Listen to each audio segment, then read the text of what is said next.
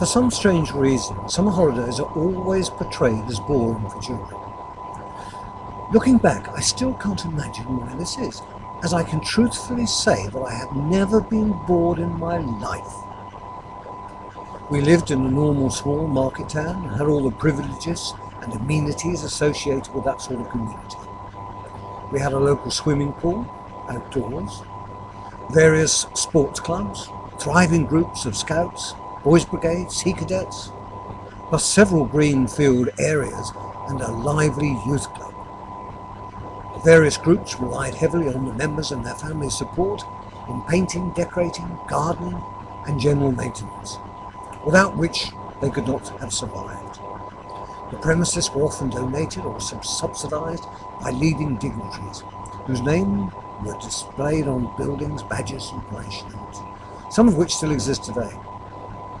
However, even with this level of sophistication, the average child got bored during the 6-week break. Parents were still working, could not only look forward to their holiday in the last 2 weeks in August, when they could go hop picking, and the very poor, stay at home and decorate, called spring cleaning, or take a caravan on the south coast for a week for those more fortunate. Well, we usually stayed at home, but I remember working in the hop fields attached to another family. They were probably acting as unpaid minders for the little I would contribute to their earnings by picking or pulling down the vines and clearing the debris as we moved through the fields.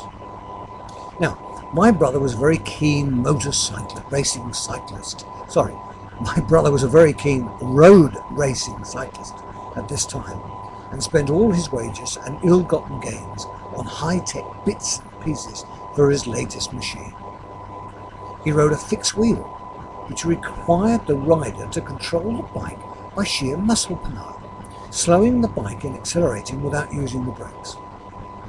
The specification was everything: the lightest, the slimmest, the piece with the in-fashion name, the slimmest saddle designed to cripple the unwary for life, all essential components that gave the rider a sense of pride and position in the world of cyclists. The pedals were equipped with toe clips, a fiendish device to keep your feet trapped to the pedal, and required the rider to bend down and adjust the straps to suit the shoe whilst riding on the bike. That had no fixed wheel. These straps were quick release, so that in an emergency, the rider could grab the strap and with a sharp jerk, the toe would be free. Meanwhile, the bike, the machine, is still moving. There is another toe waiting to be freed. Needless to say, I never managed to master these contortions. I fell off so often that I left the toe clips under the pedal, and most of the time this worked well, until long steep corners when the clips hit the road and threw me off. One day, being late for my work in the hop fields, and my brother safely at work in Farnborough, I borrowed the hallowed bike.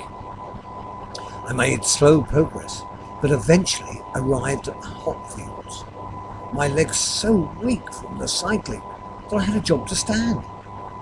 The family on whom I was inflicted had moved to another row, probably hoping to lose me.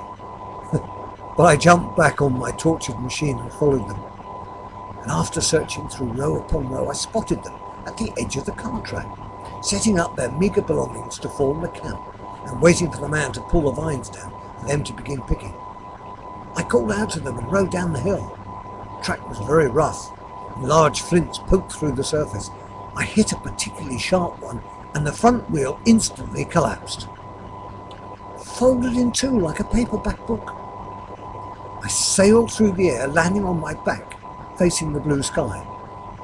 I lay there, thinking about the reaction from my brother, and the backlash from my mother. Oh, how much do these fragile wheels cost? And how many weeks' work would it be required to pay for it? The blood from my head must have looked impressive, as several people gathered round and said, "Are you all right, love? Where's your family?" Well, that's a lost cause, I thought. Just get me a good lawyer. They dabbed me with water, put TCP on my knees and forehead. This hurt far more than the injury. The day continued with me helping to pick the infernal hops. We each had a small wicker basket, which when full was added to the big basket. and this was so big that it could contain at least 3 small boys, providing they didn't fight too much, and was the sum of the work of the team for the day.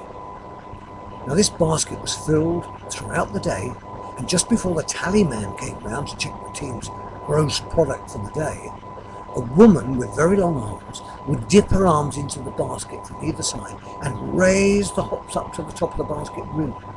And as this was the benchmark by which they were paid, no one was allowed to go near it. The children were warned that to touch or knock the basket was instant death, as the level could drop by several inches, which may mean that the team were below the required standard and therefore could not be paid. A very large, mean-looking woman would be standing guard with a sharp cane, ready to whip the legs of any child coming too close to the hallowed basket. Many times when we were running between the rows, playing tag, we were hit by these basket guards, and the stings made us hop from leg to leg, and the red wheels left worn as a badge of honour, to be displayed later in a closed group, bravely displayed without pain. Up behind the bushes later, we used to cry, and we lying in our beds at night, we were unable to sleep.